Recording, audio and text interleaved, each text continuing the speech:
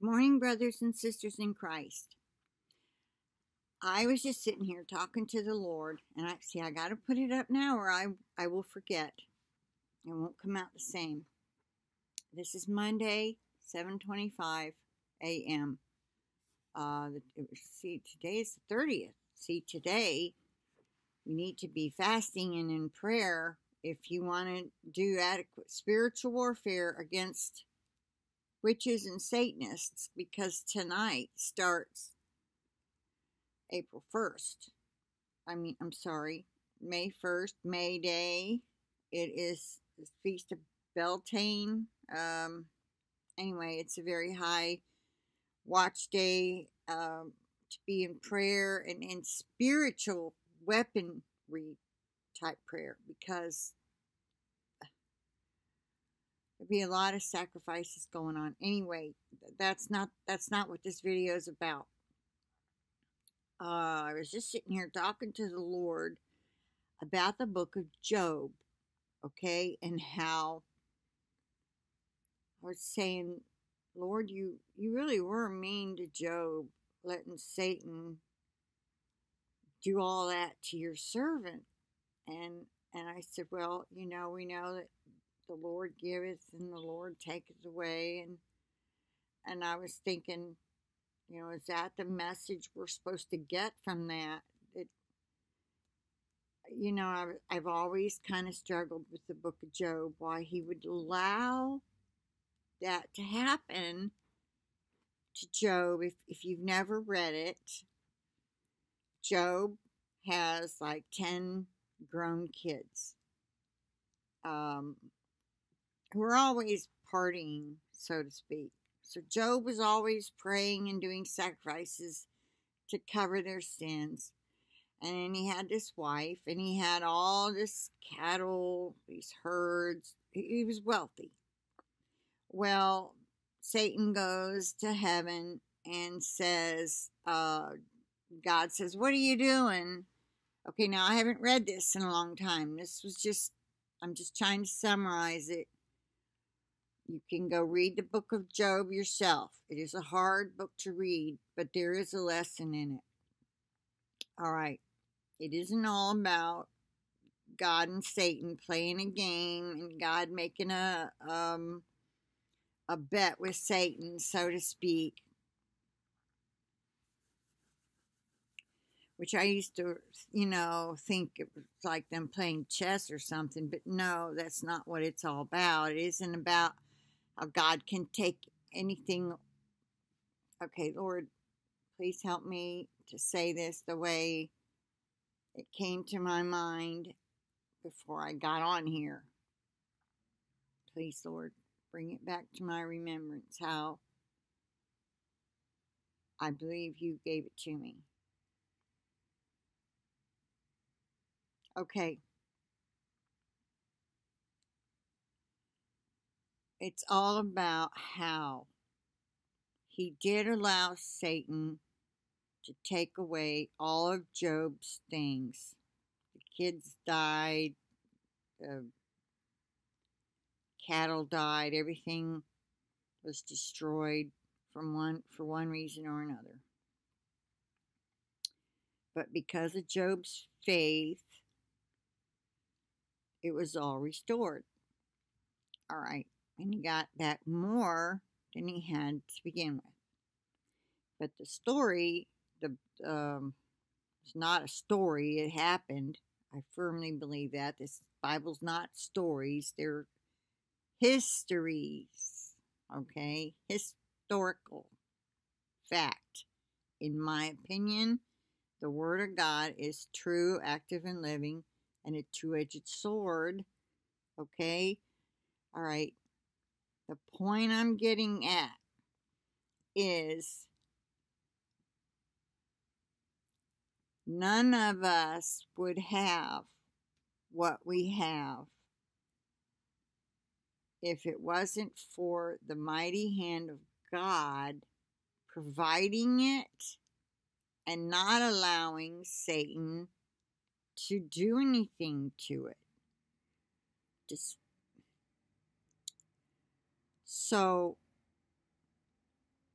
The next time you're tempted to complain that you don't have this or that or the other, we have to remember that God Almighty allows what we have.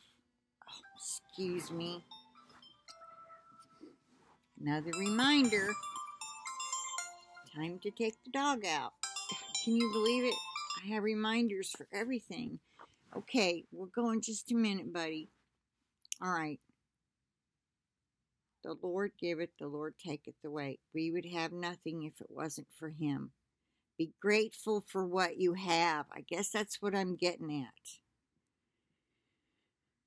And I have to remind myself sometimes, I don't know why people think that we're all going to get wealthy or have a house and a car and the kids we want and the kind of home we want just because we love Jesus.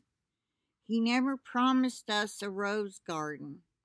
He promised us salvation and eternity in heaven. Our rewards are up there, folks, not down here. Yes, some people do get rewarded for their diligence here. It is true, but not everybody. Why? Now, see, I can't answer that.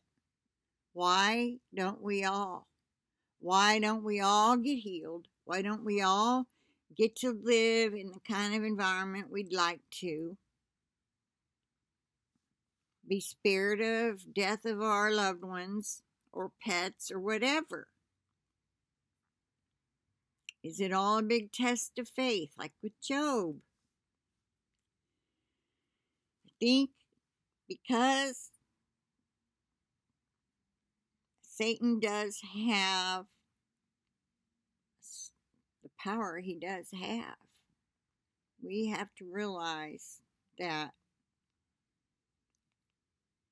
God does have more, and He can bring us through anything that Satan throws at us. We just have to have the faith to hang in there and go through it. It may seem like non-believers, anybody who's not like us, I look at the lukewarm Christians and I see what kind of life they have. And they're happy and they're having kids and their kids love them and their families all get along and they have all they need. They may go through some rough patches, but then they come out of it, and I'm like,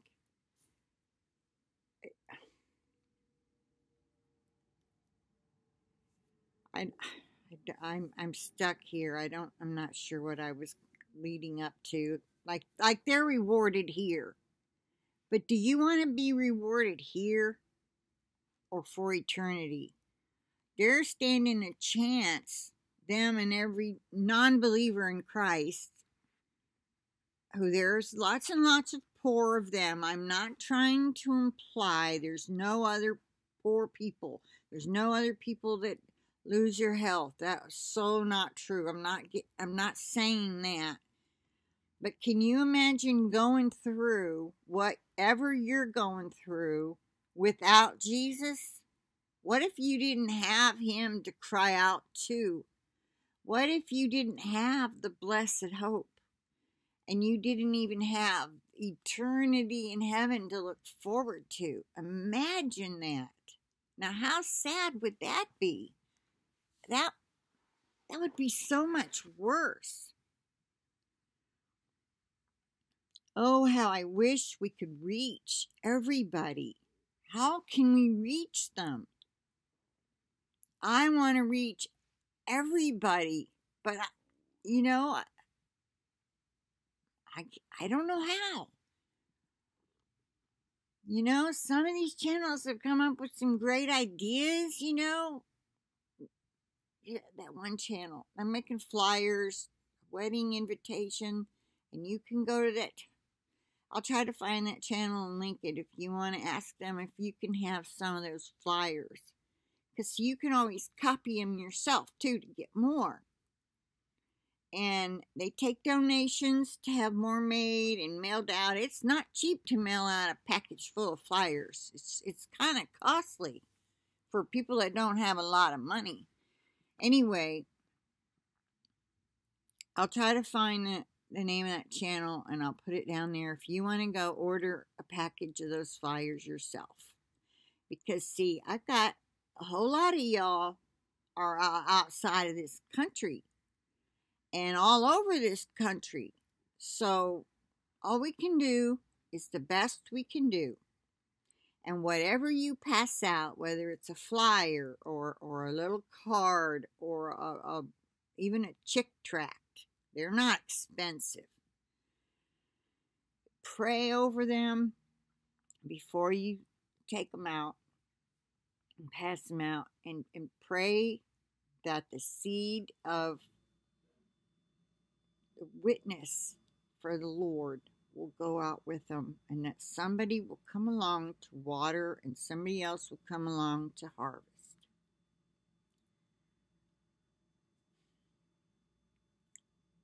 I hope I made sense. That our rewards are not here. But we have a major, huge, super reward waiting in heaven. So you hang in there, no matter what you're going through, no matter what Satan has stolen from you, your health, a child, your home, your job, your car's been repossessed, whatever. He's going to replace it 1,000,000 times over. If you just keep your faith. Maybe that's what the book of Job is all about. Pretty sure it's about don't stop loving God just because things don't go your way and tragedy hits. Okay? This may be a very good message for those that don't make the first rapture. It's not about God loving somebody more than you. It isn't about you not, you're loved just as much. But He is a rewarder of those who diligently seek Him.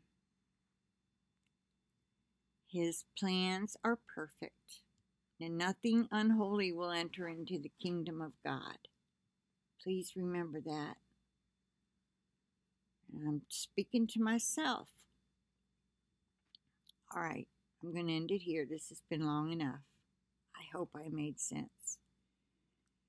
I plead the blood of Jesus over this video, the internet connection, and over each and every one of you as well. All right, I'll say bye for now. I'll talk to you later. Be in prayer this day,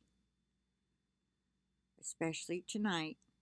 Plead the blood of Jesus over your homes, yourselves, your pets, your children.